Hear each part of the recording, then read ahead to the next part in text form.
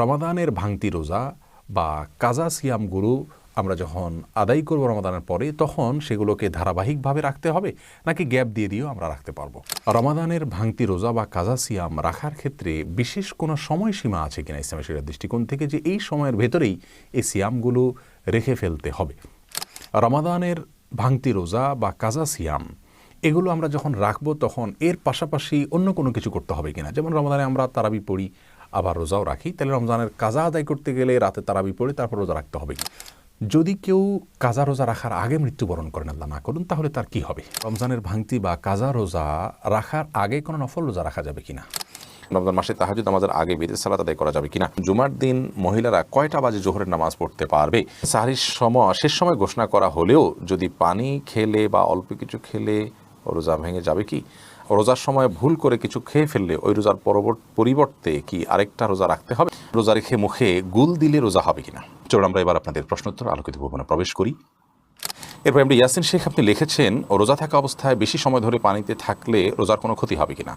রোজা অবস্থায় বেশি সময় ধরে পানিতে থাকলে রোজার কোনো ক্ষতি হবে না। তবে যদি কেউ অনেক সময় ধরে গোসল করে এবং ডুব দিতে থাকেন, এর ফলে নাকে, মুখে, কানে দিয়ে তার পানি প্রবেশ করতে পারে, বিশেষ করে নাক মুখ দিয়ে পানি প্রবেশ করার সম্ভাবনা অনেক বেশি থাকে।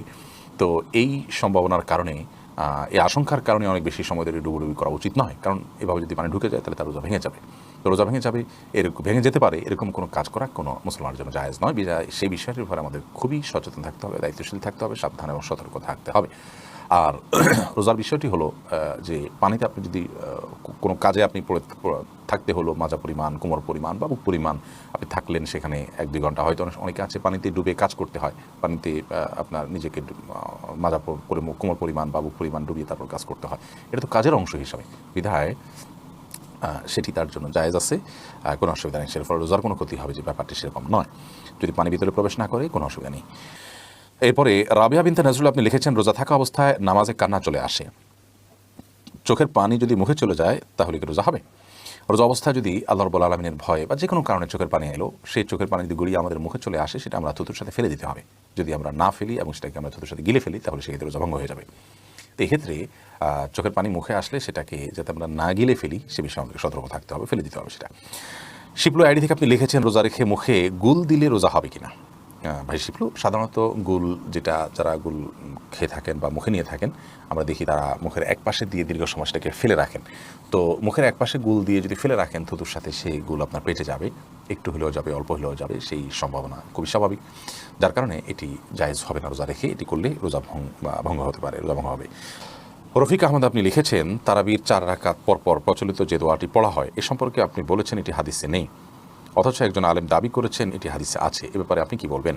ভাই রফিক আহমদ, দুঃখজনক যে কথাগুলো ভালো করে অনেকে না শুনেই মন্তব্য করেন, আবার অনেকে শুনেও সেটাকে বিকৃত করেন। আমরা বলেছি তারাবির নামাজে 4 রাকাত পরপর যে দোয়া আমাদের দেশে পড়া হয়ে থাকে, সুবহানাজিল মুলক ওয়াল মালাকুতে শেষ পর্যন্ত, এই দোয়া 4 রাকাত পর, তারাবির পরে 4 রাকাত পরপর এই দোয়া পড়ার কথা হাদিসে নেই। আবারও বলছি, তারাবির 4 রাকাত পরপর এই দোয়া পড়ার কথা কোনো হাদিসে নেই, কোনো জাল হাদিসেও নেই। আবারও বলছি, তারাবির নামাজের 4 রাকাত পরপর এই দোয়া পড়ার কথা কোনো হাদিসে নেই। এই দোয়ার বিভিন্নভাবে এসেছে রুকুর তাসবিহ হিসেবে, সুবহানাজিল মালাকুতি ওয়াল জাবারুতি। রুকুতে নবী করিম সাল্লাল্লাহু আলাইহি ওয়াসাল্লাম সুবহানাল্লাহিল আযীমের জায়গায় আপনার এই তাসবিহ পাঠ করতেন, এই দোয়া পাঠ করতেন। তো রুকুর তাসবিহকে এনে যদি আপনি 4 রাকাত পরপর যে আমরা বৈঠক করে থাকি, বসে থাকি আরামের জন্য, রেস্টের জন্য, সেই জায়গায় আপনি সেট করেন, তার জন্য আপনার তো প্রুফ লাগবে। যেটা রুকুতে করতে বলা হচ্ছে সেটা আপনি এখানে করছেন, তার ভিত্তিটা কি? সেখানে আমি বলেছি যে কোনো হাদিসের ভিত্তি নেই। তো সে মর্মে যদি কোনো হাদিস থাকে যে হ্যাঁ তারাবির পর 4 রাকাত পরপর এই দোয়া পড়ার কথা বলা হয়েছে, তাহলে সেটা উপস্থাপন করা যেতে পারে। কোনো হাদিস তো নেই। ফতোয়া স্বামীতে আছে, ফতোয়া স্বামীতে থাকার মানে তো হাদিস নয়, ফতোয়া স্বামী তো ফতোয়ার কিতাব। ফতোয়ার কিতাবে যদি কোনো কথা থাকে, কোনো আমলকে সুন্নাহ বলা হয় কথার কথা, কিন্তু হাদিসে তার কোনো প্রুফ না থাকে, তাহলে এটাকে আমরা সুন্নাহ বলতে পারি না। তো আমি যেটা বলেছি এটা পরিষ্কার যে 4 রাকাত পরপর, তারাবির 4 রাকাত পরপর এই দোয়া পড়ার কথা কোনো হাদিসে নেই। অতএব এই দোয়া আছে অন্য কোথাও পড়ার জন্য, সে হাদিস এনে যদি আপনি 4 রাকাত পরপর পড়ার বিষয়টি প্রমাণ করেন, তাহলে সেটা তো অবশ্যই অগ্রহণযোগ্য এবং হাস্যকর হবে। আশা করি বিষয়টি পরিষ্কার হয়েছে। আসসালামু আলাইকুম, আপনি লিখেছেন, রমজানের তারাবির ফজিলত কি?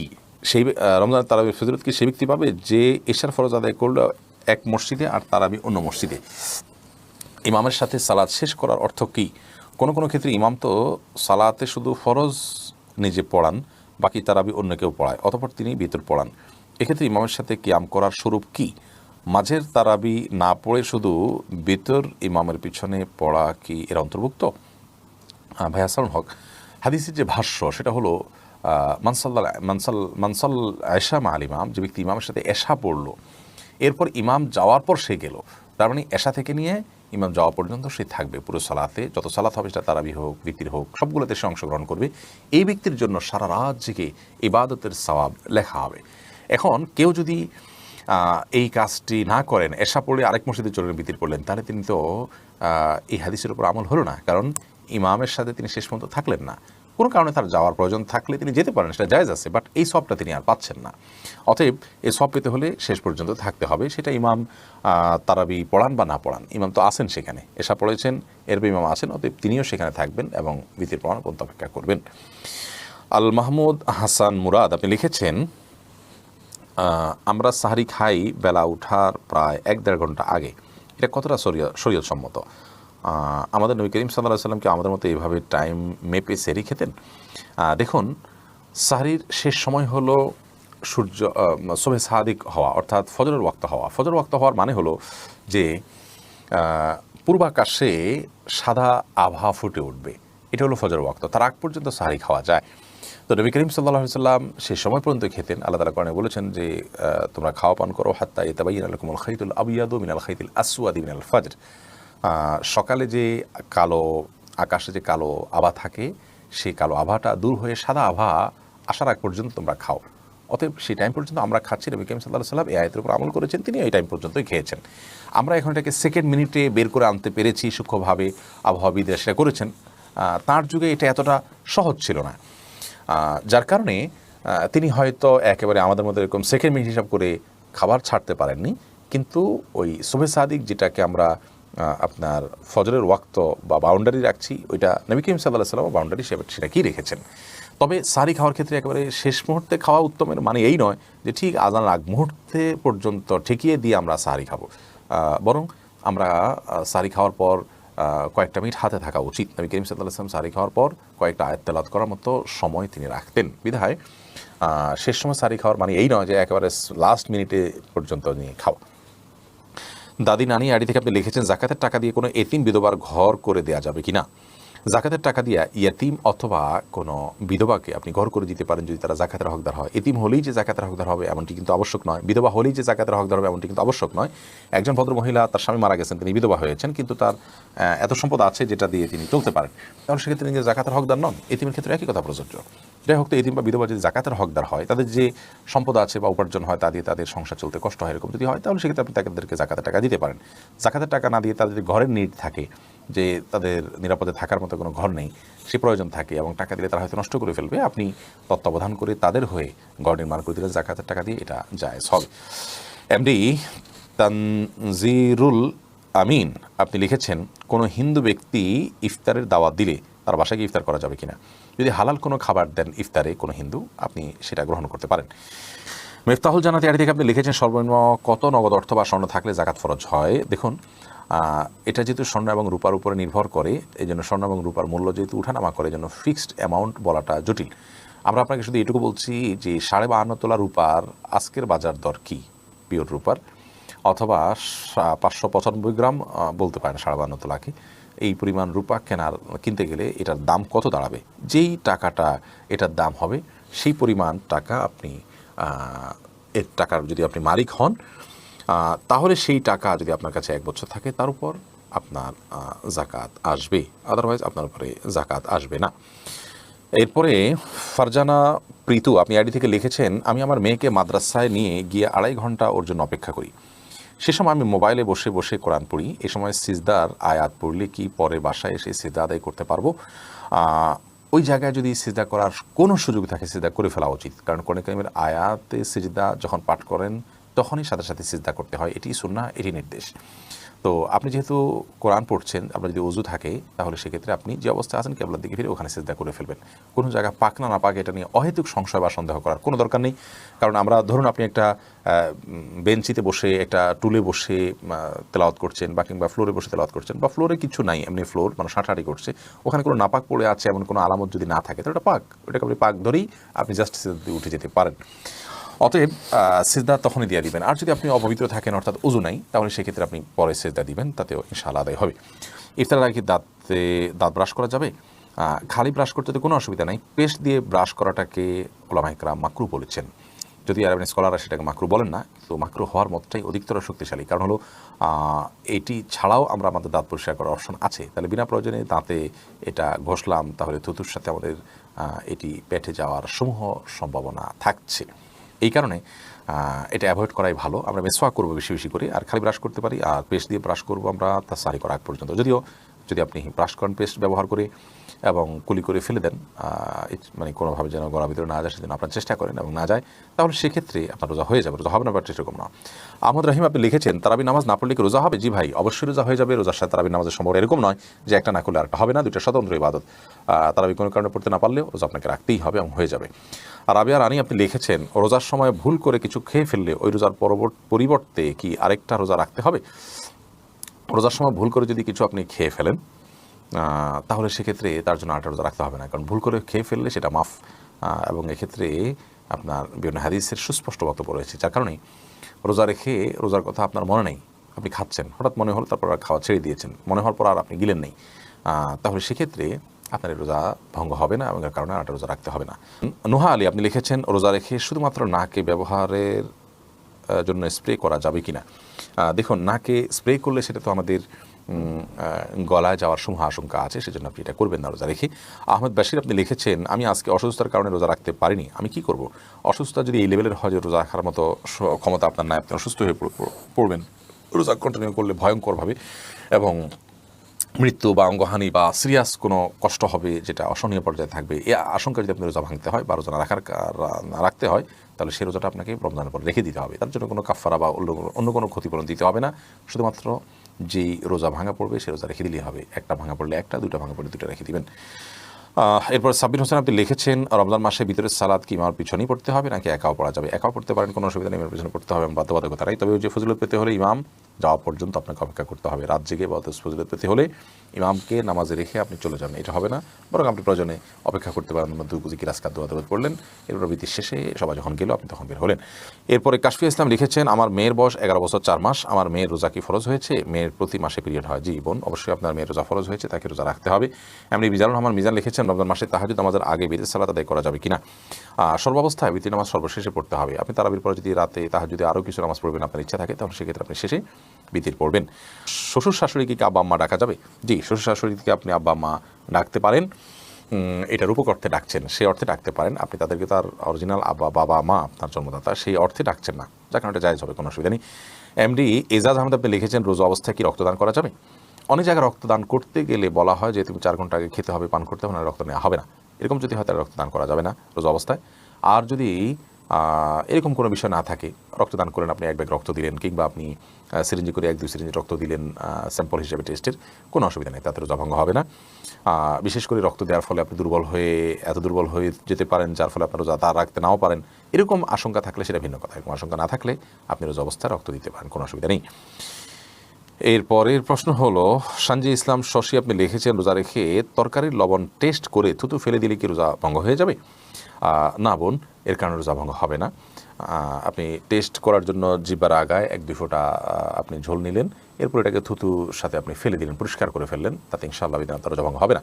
কিন্তু একান্ত প্রয়োজন না হলে এটা না করাটা ভালো। এরপরে এমডি সালাউদ্দিন আহমেদ আপনি লিখেছেন, যে দোকানদার রোজা রাখে না তার দোকানের কোনো খাবার কি খাওয়া যাবে? খাবারটা আপনি কি খাচ্ছেন সেটা বিষয়, কার কাছ থেকে খাচ্ছেন সেটা বিষয় নয়। যিনি রোজা রাখছেন না তিনি গুণাগার হচ্ছেন, তিনি পাপিষ্ঠ হচ্ছেন, তার পাপ তাকে পাবে। কিন্তু তার কাছ থেকে যে খাবারটা আপনি কিনে নিচ্ছেন, হালাল টাকা দিয়ে কিনছেন, খাবারটা যদি হালাল হয়, পাক হয়, আপনি কিনে খেতে পারেন, তাতে আপনার রোজা হবে, কোনো অসুবিধা নেই। তবে একজন রোজাদার একজন বেরোজদার দুজন যদি পাশাপাশি থাকেন এবং 2টা দোকান থাকে, তাহলে আপনি রোজাদারের কাছ থেকে একজন ভালো মানুষের কাছ থেকে কেনার চেষ্টা করবেন, এই অর্থে, এই জন্য যে তাতে একজন ভালো মানুষকে সহায়তা করার যে সওয়াব সেটি আপনি লাভ করলেন এবং অর্জন করলেন। তবে এর মানে এই নয় যে আপনার রোজা হবে না, ব্যাপারটা কিন্তু সেরকম নয়। আব্দুল ওয়াহাব আপনি লিখেছেন, না জেনে নাকের ড্রপ ব্যবহার করে ফেলেছি, রোজা হবে কিনা? আপনি না জেনে করেছেন, পরবর্তীতে রোজা রেখে ফেলবেন, এটাই হলো কর্তব্য। মাজুল ইসলাম আপনি লিখেছেন, রমজান মাসে অনেক হোটেলের সামনে পর্দা ঝুলিয়ে ভিতরে খাবার দেওয়া চলে, এ বিষয়ে কিছু বলুন। রমজান মাসে এ ধরনের ব্যবস্থাপনা মূলত বেরোজগারীদেরকে সহায়তা করা শামিল। আর যারা রোজা রাখছেন না অথচ রোজা রাখার সামর্থ্য তাদের আছে, কষ্ট হবে কিন্তু অসম্ভব নয়।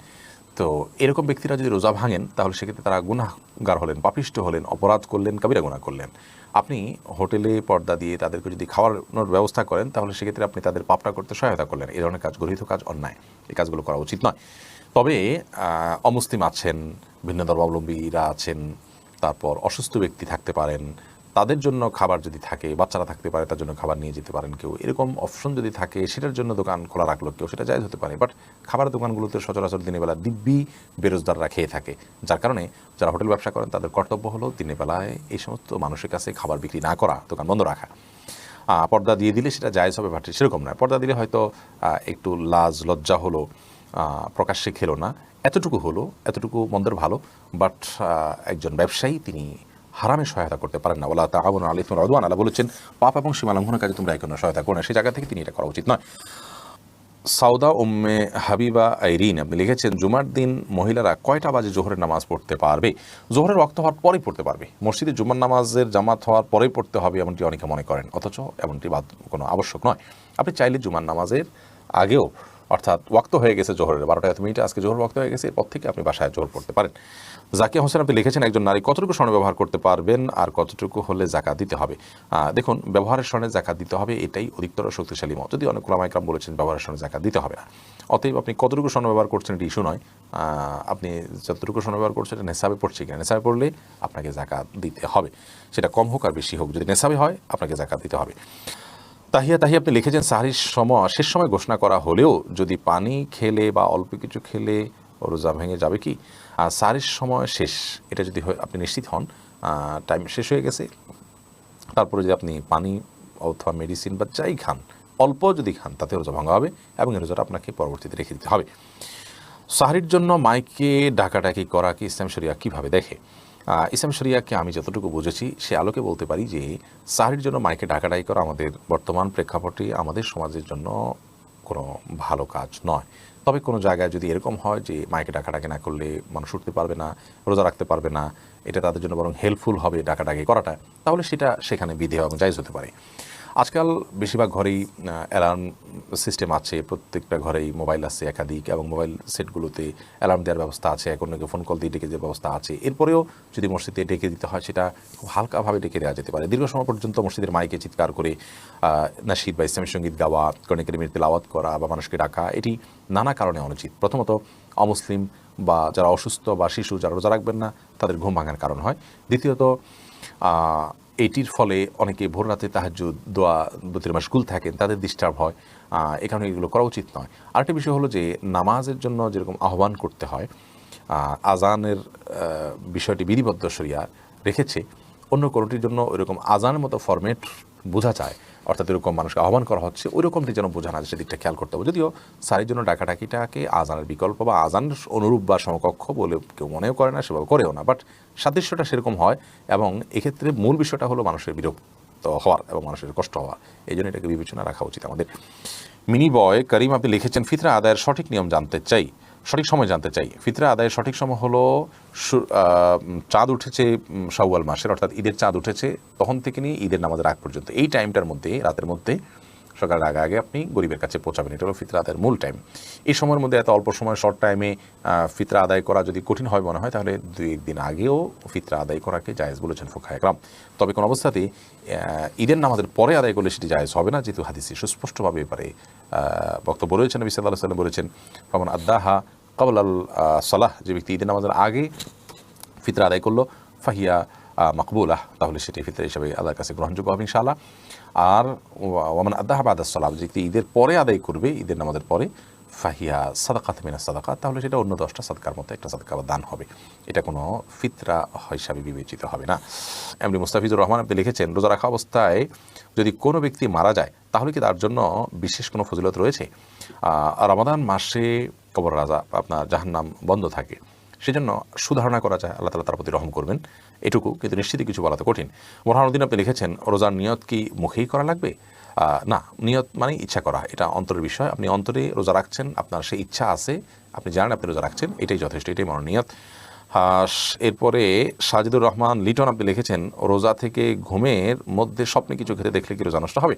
না, স্বপ্নে কিছু খেতে দেখলে রোজার কোনো ক্ষতি হবে না, কারণ আপনি তো বাস্তবে খান নাই, স্বপ্নে খেয়েছেন। অতএব স্বপ্নে যা কিছু হয় এটা কোনো হিসেব হয় না। স্বপ্নে আপনি একজনকে খুন করেছেন, স্বপ্নে আপনি জেনা করেছেন, আল্লাহ মাফ করুক, স্বপ্নে আপনি খেয়ে ফেলেছেন রোজা রেখে, এগুলো সব স্বপ্নে দেখেছেন যেহেতু, বাস্তবে যেহেতু করেননি, অতএব এগুলোর কারণে আপনার রোজার কোনো ক্ষতি হবে না, এগুলোর কারণে কোনো দায় আপনাকে নিতে হবে না। সুপ্রিয় দর্শক শ্রোতা ভাই বোন, আজ আমরা কথা বলবো রমাদানের ভাঙতি রোজা বা কাজা সিয়ামগুলোর রাখার ক্ষেত্রে ইসলাম শরিয়ার বিধিবিধান কি, মাসাইল কি, সে প্রসঙ্গে। কোরআনে কারীমে আল্লাহ সুবহানাহু ওয়া তাআলা সূরা বাকারার 184 নম্বর আয়াতে বলেছেন, ফামান কানা মিনকুম মারিদান আও আলা সাফারিন ফাইদ্দাতুম মিন আইয়ামিন উখর। তোমাদের মধ্য থেকে কেউ যদি রমাদান মাসে অসুস্থতাজনিত কারণে রোজা রাখতে না পারেন অথবা সফরে ছিলেন সেই কারণে রোজা রাখতে না পারেন, তাহলে সেই রোজাগুলো রমাদানের পরে অন্য সময় তাকে রেখে দিতে হবে। এই অন্য সময় রেখে দেওয়ার ক্ষেত্রে বিশেষ কোনো নীতিমালা আমাদেরকে ফলো করতে হবে কিনা সে বিষয়ে আজ আমরা কথা বলবো 5টি প্রশ্নোত্তরের মাধ্যমে। সর্বপ্রথম যে প্রশ্ন উত্তর দিতে চাই তা হলো, রমাদানের ভাঙতি রোজা বা কাজা সিয়ামগুলো আমরা যখন আদায় করব রমাদানের পরে, তখন সেগুলোকে ধারাবাহিকভাবে রাখতে হবে নাকি গ্যাপ দিয়ে দিয়েও আমরা রাখতে পারবো? এই প্রশ্নের উত্তর হলো, ধারাবাহিকভাবে এক নাগাড়ে রমাদানের কাজা সিয়ামগুলো রাখা জরুরি নয়, বরং আমরা চাইলে সেগুলোকে গ্যাপ দিয়ে দিয়ে রাখতে পারবো। তবে খুব বেশি গ্যাপ দিয়ে, খুব বেশি সময় নিয়ে বিলম্ব করে রাখা উচিত নয়, যেহেতু এখানে দায় মুক্তির ব্যাপার রয়েছে, আমাদের কার কখন মৃত্যু আসে আমরা জানি না, সেজন্য খুব দ্রুত এগুলো রেখে ফেলা উত্তম। তবে কেউ যদি চান আজ একটা রাখলেন, 2 দিন পরে আবার আরেকটা রাখলেন, বা 5 দিন পরে আরেকটা রাখলেন, এভাবে ভেঙে ভেঙেও তিনি রাখতে পারবেন। দ্বিতীয় প্রশ্ন হলো, রমাদানের ভাঙতি রোজা বা কাজা সিয়াম রাখার ক্ষেত্রে বিশেষ কোনো সময়সীমা আছে কিনা ইসলামের শরিয়ার দৃষ্টিকোণ থেকে, যে এই সময়ের ভেতরেই এই সিয়ামগুলো রেখে ফেলতে হবে?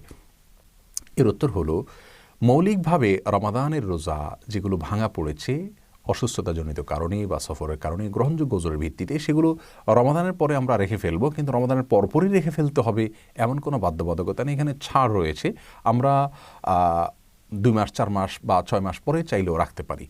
তবে এক্ষেত্রে আম্মাজান আয়েশা রাদিয়াল্লাহু তাআলা একটি হাদিস থেকে আমরা একটি নির্দেশনা পাই, যেটি বুখারী মুসলিম একযোগে বর্ণনা করেছে। আম্মাজান আয়েশা রাদিয়াল্লাহু তাআলা বলেছেন যে তার রমাদানের মাসিকের কারণে যে রোজাগুলো রাখা হতো না, সেগুলো তিনি পরবর্তী রমাদানের আগে শাবান মাসে রাখতেন। এতটা দেরি করতেন কারণ রাসূল আকরাম সাল্লাল্লাহু আলাইহি সাল্লাম তার সঙ্গে বসবাস করতেন, তার অধিকার এর প্রতি খেয়াল রেখে তিনি বিলম্ব করতেন, এবং পরবর্তী রমাদানের আগে যে শাবান মাস, সেখানে রাসূল আকরাম সাল্লাল্লাহু আলাইহি সাল্লাম প্রচুর পরিমাণে নফল রোজা রাখতেন, এই ফাঁকে তিনি তার ফরজ রোজাগুলো রেখে দিতেন। এই হাদিসের ভিত্তিতে উলামায়ে কেরাম বলে থাকেন যে এক রমজানের রোজা কাজা করার জন্য বিলম্ব করতে করতে পরবর্তী রমজানের আগ পর্যন্ত বিলম্ব করা যেতে পারে, কিন্তু শরীয়ত গ্রাহ্য ওজর ছাড়া পরবর্তী রমাদানও যদি ক্রস করে যায়, তবুও আগের রমজান রোজা কাজা রয়ে গেছে, আদায় করা হয়নি, তাহলে সেক্ষেত্রে এটি অন্যায় হবে, এটি গুনাহ হবে। আর যদি শরীয়ত গ্রাহ্য ওজরের কারণে দেরি হয়, পরবর্তী রমজানও চলে আসে, তাহলে সেটা কারণে কোনো গুনাহ হবে না। যদি কোনো কারণে পরবর্তী রমজান চলে আসলো, এর পরেও কিন্তু আগের রমজানের রোজা কাজা বাকি থাকলে সেগুলো আদায় করতে হবে, সেক্ষেত্রে কাজার পাশাপাশি অন্য কোনো অর্থদণ্ড বা অন্য কোনো কিছু দিতে হবে না, এটাই বিশুদ্ধতম মত। তাহলে আমরা জানলাম যে রমজানের রোজা এটা রাখার ক্ষেত্রে 2 মাস, 4 মাস, 6 মাসের কোনো সময়সীমা নেই, তবে পরবর্তী রমজানের আগে আগে সেগুলো রেখে ফেলা উচিত। কোনো গ্রহণযোগ্য ওজর ছাড়া পরবর্তী রমজানের পরে বিলম্ব করা জায়েজ নয়, সঠিক নয়, উচিত নয়। তৃতীয় প্রশ্ন হলো, রমাদানের ভাঙতি রোজা বা কাজা সিয়াম এগুলো আমরা যখন রাখবো তখন এর পাশাপাশি অন্য কোনো কিছু করতে হবে কিনা? যেমন রমাদানে আমরা তারাবি পড়ি, আবার রোজাও রাখি, তাহলে রমজানের কাজা আদায় করতে গেলে রাতে তারাবি পড়ে তারপর রোজা রাখতে হবে কিনা? এর উত্তর হলো না।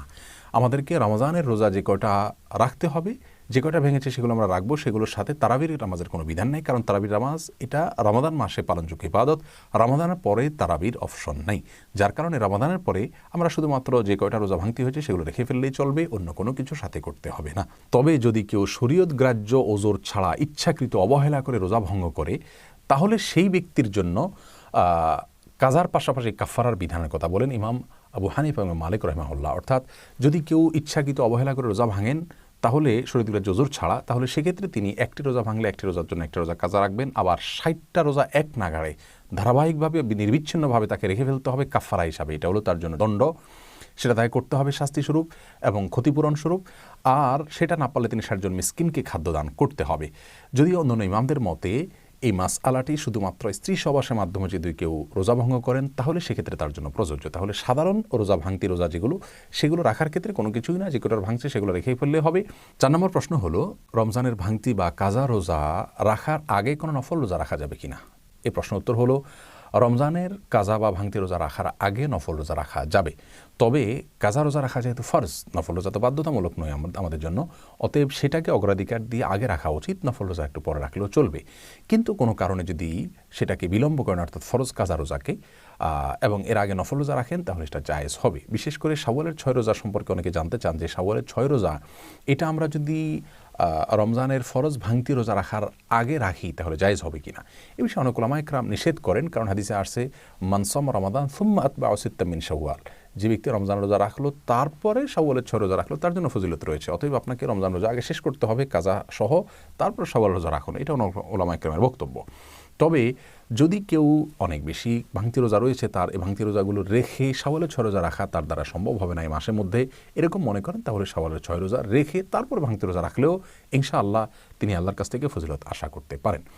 5 নম্বর এবং সর্বশেষ প্রশ্ন হলো যদি কেউ কাজা রোজা রাখার আগে মৃত্যুবরণ করেন, আল্লাহ না করুন, তাহলে তার কি হবে। এর উত্তর হলো যদি কেউ রমজানের ভাঙতি বা কাজা রোজা রাখার সামর্থ্যই হয়নি, এখনও তিনি সুস্থ হননি, এখনও সফর থেকে ফিরে আসেননি, রমজান শেষ হয়েছে ঠিক কিন্তু তিনি এখনও সুস্থ হননি, তার মানে সামর্থ্য হয়নি এখনও কাজা রাখার, তার আগে তার মৃত্যুবরণ করেন, তিনি মারা যান, তাহলে তো সেক্ষেত্রে তার কোনো দায় নেই, যেহেতু তিনি সামর্থ্য পাওয়ার আগেই তিনি মৃত্যুবরণ করেছেন। আর যদি তার সামর্থ্য ছিল কিন্তু অবহেলা করে তিনি বিলম্ব করেছেন, এরকম পরিস্থিতি দেখা দেয় এবং তারপরে তার মৃত্যু হয়ে যায়, তাহলে সেক্ষেত্রে তার ওয়ারিশরা তার পক্ষ থেকে প্রত্যেকটা রোজার জন্য ফিদিয়া আদায় করবেন। এটি হলো বিশুদ্ধতম মত। অনেক উলামা ইকরাম বলেছেন তার পক্ষ থেকে ওয়ারিশরা রোজা রেখে দিবেন। যাই হোক, দুটি মতই রয়েছে স্কলারগণের, ফোকাহে ইকরামের। আল্লাহ সুবহানাহু ওয়া তাআলা আমাদের সকলকে রমাদানের ভাঙতি সিয়ামগুলোকে সুন্নাহসম্মত উপায়ে রাখার তৌফিক দান করুন এবং প্রতিটি বিধানকে কোরআন এবং হাদিস অনুযায়ী আদায় করার তৌফিক দান করুন। শারমিন আক্তার আপনি লিখেছেন রোজা রাখা অবস্থায় কি মুখে স্নো পাউডার ব্যবহার করা যাবে? যাবে, কোনো অসুবিধা নেই, কারণ রোজার কোনো ক্ষতি হবে না। তবে আপনার ঠোঁট হয়ে এটা যেন মুখে না যায় সেটা যেন আপনি চেষ্টা করবেন। মাহিরুদ্দিন আপনি লিখেছেন তারাবি নামাজ 1 রাকাতে মাসবুক হলে ইমামের সাথে সালাম ফিরাবো নাকি 1 রাকাতে দাঁড়িয়ে পড়বো? 1 রাকাত পাননি আর 1 রাকাত পেয়েছেন, তাহলে ইমাম সালাম ফিরিয়ে ফেলেছে, আপনি দাঁড়িয়ে 1 রাকাত পড়বেন, পড়ে সালাম ফিরিয়ে ফেলবেন। জান্নাতুল ফেরদাউস আপনি লিখেছেন রোজা অবস্থায় খুব বেশি শ্বাসকষ্ট হলে কি ইনহেলার নিতে পারবো? খুব বেশি শ্বাসকষ্ট হলে আপনার ধৈর্য ধরতে পারছেন না, এরপর আপনি ইনহেলার নিতে পারেন, কোনো অসুবিধা নেই। তবে ইনহেলার নিলে আমাদের দেশের বা সাবকন্টিনেন্টের ফুকাহা ইকরাম ওলামা ইকরামের গবেষণা অনুযায়ী আপনাকে রোজাটা আবার রেখে দিতে হবে। যদিও আরবিয়ান স্কলার বা সৌদি আরব ওলামা ইকরাম বিশেষ করে ওনারা ইনহেলার নিলে সেটাকে রোজা ভঙ্গের কারণ মনে করেন না, কারণ ইনহেলারের যে গ্যাসটা হয়ে থাকে এই গ্যাসটা তাদের বক্তব্য হলো পাকস্থলিতে যায় না, এটা যায় হলো বড়দের আমাদের লাং পর্যন্ত, এটা শ্বাস নালীকে একটু প্রশস্ত করার জন্য হেল্প করে, এটা এক ধরনের গ্যাস এবং এই গ্যাসটাতে এই পরিমাণ মেডিসিন থাকে যেটা আসলে মানে কোনোভাবে সেটাকে দৃশ্যমান করা, অর্থাৎ সেটাকে আকার দিয়ে পানির আকার দিয়ে তরল করে দৃশ্যমান করা কঠিন, এরকম এত অল্প পরিমাণে থাকে। আর দ্বিতীয়টা পাকস্থলীতে জানার জন্য তারা একটা জায়েজ বলেছেন, তারপর আপনি রোজা রমজানের পরে আবার রেখে দিলেন, সেটাই নিরাপদ। যদি শ্বাসকষ্ট হয় তাহলে আপনি ইনহেলার নিতে পারেন যদি খুব বেশি কষ্ট হয় আপনার, আর যদি সবর করতে পারেন না নিয়ে থাকতে পারেন ইত্যাদি পর্যন্ত, সেটা সবচেয়ে বেটার এবং ভালো। আব্দুল্লাহ বাকি লিখেছেন রোজা অবস্থায় মেডিকেল চেক আপ, রক্ত এবং প্যাথোলজি করা যাবে কিনা? যাবে, কোনো অসুবিধা নেই। সুমাইয়া বিনতে আমিন আপনি লিখেছেন আমার হাজব্যান্ড গত রোজায় অনেক অসুস্থ ছিল, তাই রোজা রাখতে পারে নাই, এখন সে আল্লাহর কাছে, আমি ওর রোজাগুলো রেখেছি, এই রোজা হবে কি? আপনার স্বামী রোজা রাখতে পারেন নাই এবং পরে অসুস্থ হতে পারেন নাই, আপনি তার পক্ষ থেকে ফিদিয়া দিবেন, এটাই হলো এক্ষেত্রে মূল বিকল্প, অর্থাৎ এটাই হলো করণীয়। আমরা মৃত মানে অসুস্থ ব্যক্তি অপারগ যারা রোজার পারে তাদের পক্ষ থেকে প্রত্যেক রোজার জন্য একজন করে মিসকিনকে খাদ্য দিলে রোজা আদায় হয়ে যাবে। একবার পুরো খাদ্য দিলেন অথবা আপনার ফিতরা দিলেন, 30 রোজার জন্য 30টা ফিতরা দিলেন। এরপর প্রশ্ন, ছোটো বাচ্চা শুধুই বুকের দুধ খায়, রোজা রাখলে বাবুর আমাশয় হয়, করণীয় কি? একটু কষ্ট করবেন, প্রয়োজনে দিনের বেলা ঘুম পাড়িয়ে রাখবেন, আপনি নিজেও ঘুমাবেন, রাতের বেলা একটু জেগে থাকবেন, অর্থাৎ অভ্যাসটা একটু পাল্টাবেন, তাতে তো রাতেও তো আপনি দীর্ঘ সময় না খাওয়াই থাকেন, সেভাবে থাকবেন। এবং একটু কষ্ট হলে ডাক্তার দেখান, বিকল্প বের করেন, অর্থাৎ রোজাটা ফরজ বিধান, এই ফরজ বিধান আবশ্যক হওয়ার কারণে রোজা রেখে অন্যান্যগুলোকে কীভাবে আপনার ইয়ে করা যায়, ওভারকাম করা যায়, সেই চেষ্টাটা আমাদের থাকতে হবে। মোহাম্মদ নাইম আপনি লিখেছেন আমি আগে রোজা তেমন একটা রাখতাম না, এখন রাখি, আগে যেগুলো রাখিনি তার কি করা উচিত? আগে যেগুলো রাখেনি সেগুলো এখন রেখে দিবেন, কয়টা হয়েছে আনুমানিক একটা অঙ্ক হিসাব করে বের করে সপ্তাহে 1টা 2টা 4টা যে যতটুকু পারেন রেখে রেখে আপনি আস্তে আস্তে সেগুলো শেষ করবেন। নিজামুল ইসলাম নিজাম লিখেছেন রোজা অবস্থা অনিচ্ছাকৃতভাবে মুখে বমি হলে কি রোজা হবে? হবে, অনিচ্ছাকৃতভাবে যদি বমি হয়ে থাকে, একটু বমি হয়েছে, তাতে রোজা হবে। এরপর লাইলাতুল কদর কি প্রতি বছর একই রাতে হয় নাকি এক এক বছর এক এক রাতে হয়? প্রশ্ন করেছেন নাইম আহমেদ। লাইলাতুল কদর কখন কোন রাতে হয় আমরা কেউ জানি না, তাহলে কীভাবে বলবো যে নির্দিষ্ট এক রাতে নির্দিষ্ট যে নয় এটুকু নিশ্চিত, কারণ নবী করিম সাল্লাল্লাহু আলাইহি সাল্লাম শেষ দশকের বেজোড় রাতগুলোতে আমাদেরকে করতে বলেছেন। অতএব শেষ নির্দিষ্ট কোনো একটা রাতে যদি আমরা জানতাম তাহলে তার সেক্ষেত্রে আমাদের লালিত তালাশ করা লাগতো না। বাকি সারা বছর প্রতি বছরই একটা বিশেষ রাতে আল্লাহ তাআলা দিয়ে থাকেন, সেটা ফিক্স, যেরকম যদি হয়ে থাকে তাহলে ফিক্স হলো, সেটা আল্লাহর ইলমে আছে, আমাদের জানা নেই। এরপরে আয়েশা সিদ্দিকা লিখেছেন সাহরির সময় থাকতে ফজরের নামাজ পড়া যাবে কিনা। সাহরির সময় এখনও আছে, তখন ফজর নামাজ পড়তে পারবেন না, সাহরির সময় শেষ, তারপরে আপনি ফজর নামাজ পড়তে পারবেন, কারণ সাহরির সময় শেষ হওয়া মানে হলো ফজরের ওয়াক্ত শুরু হওয়া। তারাবি না পড়লে গুনাহ হবে কিনা পারভেজ হাসান তারেক লিখেছেন, গুনাহ মানে ক্ষতি তো হবেই, আপনি একটা সব থেকে বঞ্চিত হলেন। নবী করিম সাল্লাল্লাহু আলাইহি ওয়াসাল্লাম পড়তেন, সাহাবায়ে কেরাম গুরুত্বের সাথে পড়তেন, জামাতের সাথে সুন্নাতে মুআক্কাদা তরক করলেন, আপনি সেই অর্থে ক্ষতি হবে। কিন্তু এর কারণে কাবিরা গুনাহ হওয়ার, যেটা বড় পাপ হওয়া, বড় অপরাধ হওয়া, শাস্তি হওয়া আল্লাহর কাছে কিয়ামতের ময়দানে, এরকম কোনো কিছু হবে না। কিন্তু এটা পাপ এবং অপরাধ, আপনার ক্ষতি তো অবশ্যই হবে। এটা ক্ষতি তো অবশ্যই হবে, অপরাধ এর মানে অপরাধ বলতে আমরা কবিরা গুনাহ যেটা বুঝিয়ে থাকি সেটা না হলেও, অতএব ইচ্ছাকৃত এটা না পড়ে থাকা উচিত নয়। এরপরে আয়েশা সিদ্দিকা ছোট বাচ্চা থাকা 20 রাকাত তারাবি নামাজ পড়তে পারে, কষ্ট হয়, সেক্ষেত্রে নামাজ কমিয়ে পড়া যাবে কিনা। কখন আপনি অসুবিধা হলো কম পড়লেন, কোনো অসুবিধা নেই, নফল যেহেতু এটা আপনার অসুবিধার কারণে আপনি একটু কম পড়লেন বা ভেঙে পড়লেন, এই সুযোগগুলো কিন্তু আছে।